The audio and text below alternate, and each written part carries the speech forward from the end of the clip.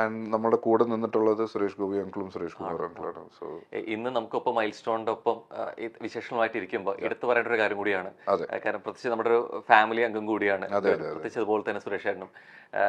ഈ അച്ഛന്റെ വിയോഗത്തിലും അല്ലെങ്കിൽ പ്രധാനമായിട്ട് പെങ്ങളുടെ ഒരു കല്യാണം വരുന്ന സമയത്താണെങ്കിലും അച്ഛന്റെ സ്ഥാനത്ത് നിന്ന് അല്ലെ സുരേഷ് ഏട്ടനാണെന്നുണ്ടെങ്കിലും രാജി ചേച്ചിയാണെന്നുണ്ടെങ്കിലും ഒക്കെ ഒപ്പം നിന്ന് കണ്ട അതാണ് ആ സ്ഥാനം. മമ്മൂക്കയാണെന്നുണ്ടെങ്കിലും ഒപ്പം മാനേജ് അങ്ങനെ ഒരു സാന്നിധ്യം അവിടെ ഈ വിയോഗം അല്ലെങ്കിൽ നിങ്ങൾക്ക് ഒരു മിസ്സിംഗ് ഒരു രീതിയിൽ വരുത്തരുതെന്നുള്ളൊരു നിശ്ചയം ഉണ്ടായിരുന്നു. അത് അച്ഛന്റെ ബ്ലെസ്സിങ്സ് ആയിട്ട് തന്നെയാണ് കരുതുന്നത്. അച്ഛൻ എന്തുമാത്രം അവരുമായിട്ട് റിലേഷൻഷിപ്പ് മെയിൻറ്റെയിൻ ചെയ്തിരുന്നു എന്നുള്ളതിന്റെ ഒരു റിഫ്ലക്ഷൻ ആയിട്ടാണ് ഞങ്ങളത് കാണുന്നത്. പിന്നെ സുരേഷ് ഗോപി അങ്കിളുടെ കാര്യത്തിൽ പ്രത്യേകം പറയണമെങ്കിൽ സുരേഷ് ഗോപി അങ്കിൾ എങ്ങനെയാണ്, പിന്നെ ഇപ്പോ എനിക്ക് മാത്രമല്ല ഞങ്ങൾക്ക് മാത്രമല്ല പേഴ്സണലി അല്ല, സുരേഷ് ഗോപി അങ്കിളുടെ കൂടെ പല ചാരിറ്റി വർക്ക്സ് ചെയ്യുന്ന ആൾക്കാരുണ്ട് സുരേഷ് ഗോപി അങ്കിൾ. അത് അങ്കിൾ ഒന്നും കണ്ടിട്ടൊന്നുമല്ല. He's generally like that. It's very ഇൻഡസ്ട്രിയിലിരുന്ന് ഇങ്ങനെ ഒരു സോളിനെ കാണുന്നത് ഭയങ്കര അപൂർവമാണ് എന്നുള്ളതാണ്. ഞങ്ങൾ മൈൽ സ്റ്റോൺ മേക്കേഴ്സിന്റെ സുരേഷ് ഗോപി അദ്ദേഹത്തെ വെച്ചിട്ട് ഒരു ഫാൻസ് മീറ്റ് വെച്ചിട്ടുണ്ട്. തീർച്ചയായിട്ടും പ്രതീക്ഷിച്ച ഒരു സാന്നിധ്യം ഉറപ്പായിട്ടും വരേണ്ട പരിപാടിയായിരുന്നു. ഞാൻ നാട്ടിലില്ലായിരുന്നു, ഞാൻ ദുബായിലായിരുന്നു. അവിടെ ഇച്ചിരി പരിപാടിയൊക്കെ ആയിട്ട് നിൽക്കുമായിരുന്നു, അതുകൊണ്ട് വരാൻ പറ്റാതെ. ഇനി ഒരു പരിപാടി വെക്കുമ്പോൾ ഡെഫിനറ്റ്ലി അന്നൊരു പക്ഷെ വന്നിരുന്നെങ്കിൽ ഞങ്ങൾക്ക് കിട്ടാവുന്ന ഒരു പക്ഷെ അന്ന് ആ ഫാൻസ് മീറ്റ് കണ്ടുകൊണ്ടിരിക്കുന്ന പ്രേക്ഷകർ കിട്ടുന്ന ഏറ്റവും വലിയ നല്ലൊരു മൊമെന്റ് കൂടിയായി പോയേനെ എന്നുള്ളതാണ്. എനിക്കായിരുന്നു മിസ്സിംഗ്. സുരേഷ് ഗോപി അങ്കിളിന് അതൊരു മിസ്സിംഗ് അല്ല, എനിക്കതൊരു വലിയ മിസ്സായി പോയി. നാട്ടിലില്ലായിരുന്നു, ഇല്ലെങ്കിൽ ഞാൻ ഉറപ്പായിട്ടും വന്നേനെ. ഈ പലപ്പോഴും രതീഷ് എന്നൊരു താരോദയത്തിന് പറയുമ്പോൾ തന്നെ ഈ വരുന്ന കൂടുതലും ഐവിശേഷി ചിത്രത്തിലൂടെയാണ്. അത് ശ്രദ്ധിച്ച പടം എന്നുള്ള തുഷാരം കൂടിയാണ്. ഈ ഒപ്പം തന്നെ ഈ വളർച്ചയുടെ ഒപ്പം തന്നെ എടുത്ത് പറയുന്ന ഒരു കാര്യമുണ്ട്, ജയൻ എന്ന അദ്ദേഹത്തിന്റെ അസാന്നിധ്യം കൂടി കുറേയേറെ സാധ്യതകൾ വന്നു എന്നുള്ളത്.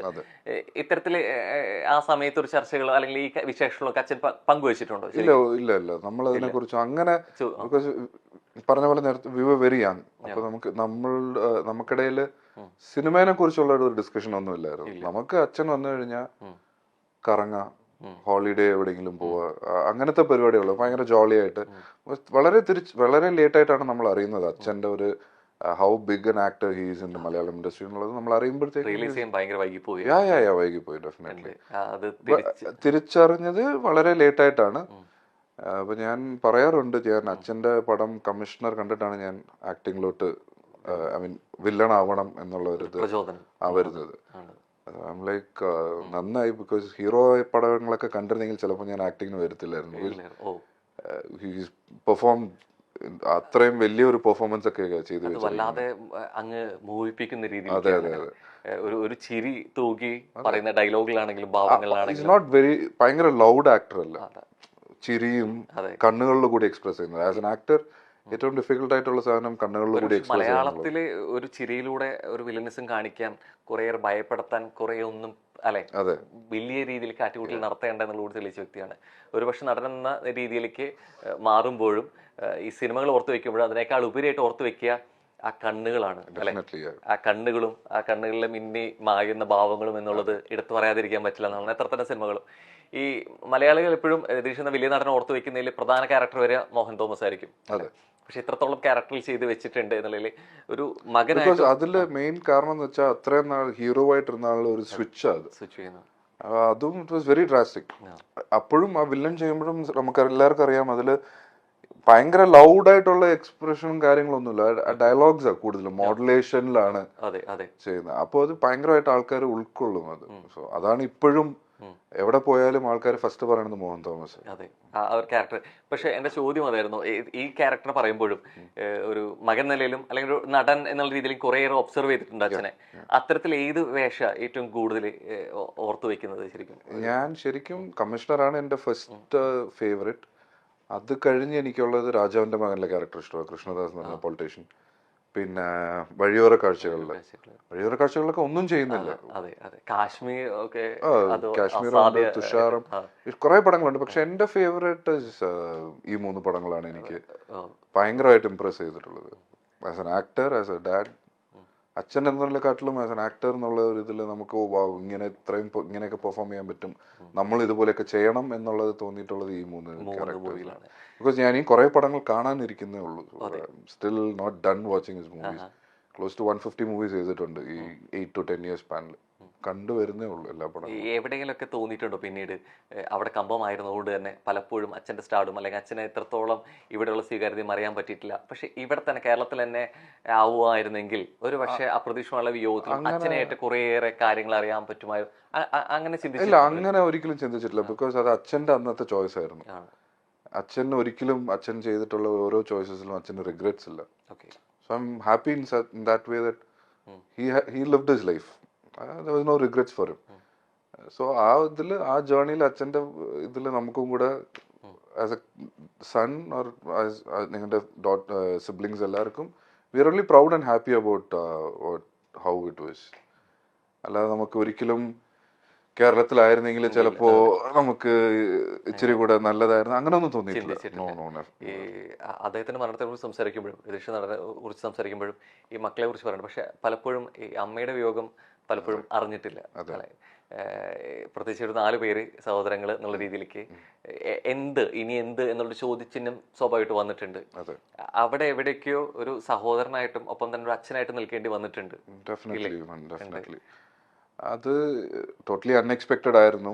ബട്ട് സർട്ടൻ സിറ്റുവേഷൻസ് നമ്മളെ റിയാക്ട് ചെയ്യിപ്പിക്കും. Like you have to face the reality എന്നുള്ളത്.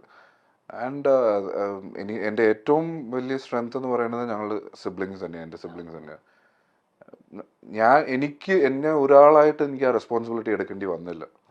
ഞങ്ങൾ 4 പേരും ഭയങ്കര അണ്ടർസ്റ്റാൻഡിങ്. ശരിക്കും താഴെയാണ് അല്ലെങ്കിൽ എൽഡർ ആയിട്ട് ഒരാൾ ചെയ്യട്ടെ എന്നൊന്നും വിചാരിച്ചു അത് വന്നിട്ടില്ല. അതാണ് ഞാൻ പറയുന്നത്. സോ ആ ഞങ്ങൾ തമ്മിലുള്ള ബോണ്ടിങ് ആണ് ഞങ്ങൾ 4 പേരുടെ സ്ട്രെങ്ത്. പിന്നെ നേരത്തെ പറഞ്ഞ പോലെ ഞങ്ങളെ ഗൈഡ് ചെയ്യാൻ സുരേഷ് ഗോപി അങ്കിളും സുരേഷ് കുമാർ അങ്കിളും ഉണ്ടായിരുന്നു ആ സിറ്റുവേഷനിൽ. അത് അവരുടെ അന്നത്തെ ഹെൽപ്പും കാര്യങ്ങളും യു ക്യാൻ നെവർ എക്സ്പ്ലെയിൻ, വേർഡ്സിൽ പറഞ്ഞ് ലിമിറ്റ് ചെയ്യാൻ പറ്റില്ല. അത് ഇപ്പോഴും കണ്ടിന്യൂ ആവുന്നുണ്ട്. ബിക്കോസ് അവരുടെ ഈ 2 വ്യക്തികൾ മാത്രമല്ല, ഞാൻ അവർ 2 പേരെയും പറയുമ്പോൾ അവരുടെ ഫാമിലിയും കൂടെ അവരും. ഇപ്പൊ ഞങ്ങൾ 4 പേരും ഉണ്ടായിരുന്നത് സുരേഷ് ഗോപി അങ്കിളുടെ മക്കളുമായി, സുരേഷ് കുമാർ അങ്കിളുടെ മക്കളുമായി. ഞങ്ങൾ എല്ലാവരും ഞങ്ങൾ ട്രിവാൻഡ്രം ഷിഫ്റ്റ് ആകാൻ കാരണം തന്നെ അതാണ്, അവർ 2 പേരും അവിടെ ഉള്ളതുകൊണ്ട്. അല്ലെങ്കിൽ ഞങ്ങൾ എപ്പോഴും ഇവിടെ ഗോൺ ബാക്ക് ടു തമിഴ്നാട്. ഞങ്ങൾ ചിലപ്പോൾ വരുത്തേയില്ലായിരുന്നു. Maybe it would have happen some time, maybe, അറിയത്തില്ല. അവരുള്ളത് കൊണ്ടാണ് ഞങ്ങൾ ട്രിവാൻഡ്രത്തോട്ട് ഷിഫ്റ്റ് ആയത്. ഈ പലപ്പോഴും അച്ഛന്മാർ ഉള്ള സിനിമയിൽ മക്കൾ വരുന്ന രീതിയിലേക്ക് നമ്മൾ സോകോൾ നെപ്പോ കിഡ്സ് ഒക്കെ എന്ന് വിളിക്കുമ്പോഴും അവരുടെ സാന്നിധ്യത്തിൽ വന്നവരാണ്. ഇപ്പോ പലരാജ് അത്തരത്തിൽ വന്നാണെങ്കിൽ പോലും അച്ഛന്റെ സാന്നിധ്യം ഉണ്ടായിരുന്നില്ല. എവിടേക്കോ നമ്മൾ സപ്പോർട്ട് ചെയ്യുന്നുണ്ടെങ്കിൽ പോലും ഈ വഴി അത്രത്തോളം ഈസി ആയിരുന്നില്ല, അല്ലെ? നമുക്ക് ആഗ്രഹമുണ്ട്, നമുക്ക് കഴിവുണ്ട്, പക്ഷെ എവിടേക്ക് കുറച്ച് ഡിഫിക്കൽട്ട് ആയിരുന്നു എന്നുള്ളത് ഡെഫിനറ്റ്ലി ഒരു ചാൻസ് ആയിട്ട് കിട്ടാൻ അത് എളുപ്പമായിരുന്നു. അത് ഞാൻ ഒരിക്കലും എനിക്ക് നിഷേധിക്കാൻ പറ്റില്ല. ബിക്കോസ് ഫസ്റ്റ് മൂവി തന്നെ മമ്മൂക്കയുടെ വില്ലനായിട്ട് ചെയ്യാൻ പറ്റിയത് ദാറ്റ്സ് നോട്ട് വെരി ഈസി. അപ്പൊ അത് അച്ഛന്റെ ആ ഒരു ഇൻഫ്ലുവൻസും കാര്യങ്ങളും ഉള്ളതുകൊണ്ടാണ്. പിന്നെ അത് കഴിഞ്ഞ് ഇപ്പൊ 10 years ആയി ഞാൻ ക്ലോസ് ടു ഒരു 20 മൂവീസ് ചെയ്തിട്ടുണ്ട്. ആ കിട്ടിയ ചാൻസ് നിലനിർത്താന്നുള്ളത് is not a easy job. ഇപ്പൊ എനിക്ക് ഫസ്റ്റ് മൂവി മമ്മൂക്കയുടെ പടത്തിൽ എനിക്ക് ചാൻസ് കിട്ടി. 2ാമത്തെ പടവും മമ്മൂക്കയുടെ കൂടെ ചെയ്യാൻ പറ്റി. ഇനിയിപ്പോ വീണ്ടും ചെയ്യണമെങ്കിൽ രതീഷിന്റെ മകനെന്നുള്ള ആ ഒരു ടൈറ്റിൽ മാത്രം പോരാ, അത് മാത്രം പോരാ. ഞാൻ എന്റെ കേപ്പബിലിറ്റി അത് എനിക്ക് ചെയ്യാൻ പറ്റിയത് ഈ പടത്തിലാണ്, DNA-ലാണ് എനിക്ക് ചെയ്യാൻ പറ്റിയത്. ബിക്കോസ് ഇതുവരെ എനിക്ക് കിട്ടിയിട്ടുള്ള റെസ്പോൺസിലിരുന്ന് മാറിയുള്ള റെസ്പോൺസ് ആണ് ഞാൻ ചെയ്തിട്ടുള്ള ക്യാരക്ടറിന് കിട്ടാനുള്ളത്. ഏറ്റവും കൂടുതൽ സംതൃപ്തി നൽകിയത് DNA ഡെഫിനറ്റ്ലി, നോ ഡൗട്ട് ഉണ്ട്. അതിന്റെ ഫുൾ ക്രെഡിറ്റ് എനിക്ക് തരേണ്ടത് സുരേഷ് ബാബു സാറിന് തന്നെയാണ്. ബിക്കോസ് ആ പടം ചെയ്തപ്പോൾ ഇത് ത്രൂ ഔട്ട് ഉള്ള ഒരു ക്യാരക്ടർ ഞാൻ ഇതുവരെ ചെയ്തിട്ടില്ല. ഇങ്ങനെ ഒരു ലെങ്തി ക്യാരക്ടർ ഞാൻ ചെയ്തിട്ടില്ല, first time I am doing it. അപ്പോൾ ആ ക്യാരക്ടർ ചെയ്യാൻ എനിക്ക് സുരേഷ് ബാബു സാർ തന്ന കോൺഫിഡൻസ്. സെറ്റിൽ പലപ്പോഴും പല ഷോട്ട്സിലും എനിക്ക് തോന്നിയിട്ടുണ്ട്, അയ്യോ നമുക്ക് ചെയ്തത് ശരിയായില്ലല്ലോ, നമുക്ക് ഒന്നുകൂടെ ചെയ്യണം. അപ്പോൾ സുരേഷ് ബാബു സാർ പറഞ്ഞു ഇല്ലല്ലോ അത് ശരിയാ, ഒരിക്കലും പ്രഷർ എടുത്തില്ല. ചില ഷോട്ട്സ് എങ്ങാനും ശരിയായില്ലെങ്കിൽ പുള്ളി മാക്സിമം പറഞ്ഞാൽ പറയും പപ്പ ഒന്നുകൂടെ ചെയ്യാം, നമുക്ക് ശ്രദ്ധിച്ച് ചെയ്യണം, അത്രേ ഉള്ളൂ. അത് പിന്നെ തിയേറ്ററിൽ വരുമ്പോൾ എനിക്ക് നല്ല ടെൻഷൻ ഉണ്ടായിരുന്നു ഇത് എന്താവും. ബിക്കോസ് ഫസ്റ്റ് ടൈമാണ് ഞാൻ ത്രൂ ഔട്ട് ചെയ്യുന്നത്.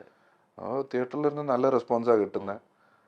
എനിക്ക് സസ്പെൻസ് ആയതുകൊണ്ട് എനിക്ക് പലതും പറയാൻ കൂടുതലായിട്ട് പറ്റില്ല, അത് ക്രൈം തുറന്ന് ത്രില്ലർ reveal ചെയ്യാൻ ആയതുകൊണ്ട്. ബട്ട് പറ്റില്ല വെരി എന്നുള്ളതാണ്. Happy with the response. മുമ്പ് ദുൽഖർ പറഞ്ഞൊരു കാര്യമുണ്ട്, എനിക്ക് കുറെ നല്ലത് പറയിപ്പിക്കാൻ തന്നെ അപ്പുറത്തേക്ക് വാപ്പ ചെയ്തു വെച്ച കാര്യങ്ങൾക്ക് ദോഷം പറയിപ്പിക്കാതിരിക്കണം എന്നുള്ളതുണ്ട്. ഇത് എവിടേക്ക് ഒരു പ്രഷറാണ് അല്ലെ? കാരണം ഇത്രയും വേഷങ്ങൾ ചെയ്തു വെച്ചൊരു നടൻ ഈ രൂപം കൊണ്ട് കൂടി വരുമ്പോ എവിടേക്കും ഒരു കമ്പാരിസൺ പ്രേക്ഷകർ ഭാഗത്തുണ്ടാവും അല്ലെ? അച്ഛൻ ചെയ്തു വെച്ച് ഇങ്ങനെയാണ്, ഇനി വരാൻ പോകുന്ന ഇത്തരത്തിലായിരിക്കും എന്നുള്ളത് അല്ലെ? ഇത് ശരിക്കും നൽകുന്നത് ഒരു പ്രഷറാണോ അതോ അതിനേക്കാളേറെ സന്തോഷമാണോ? എന്താ കൂടുതൽ നൽകുന്നത്? സന്തോഷമാണ്, പക്ഷെ അതേപോലെ പ്രഷറുമാണ് ബ്രോ. എന്താ പറയാ, ലൈക്ക് അച്ഛനെ പോലെ ആണെന്ന് പറയുമ്പോൾ നമുക്ക് സന്തോഷമുണ്ട്.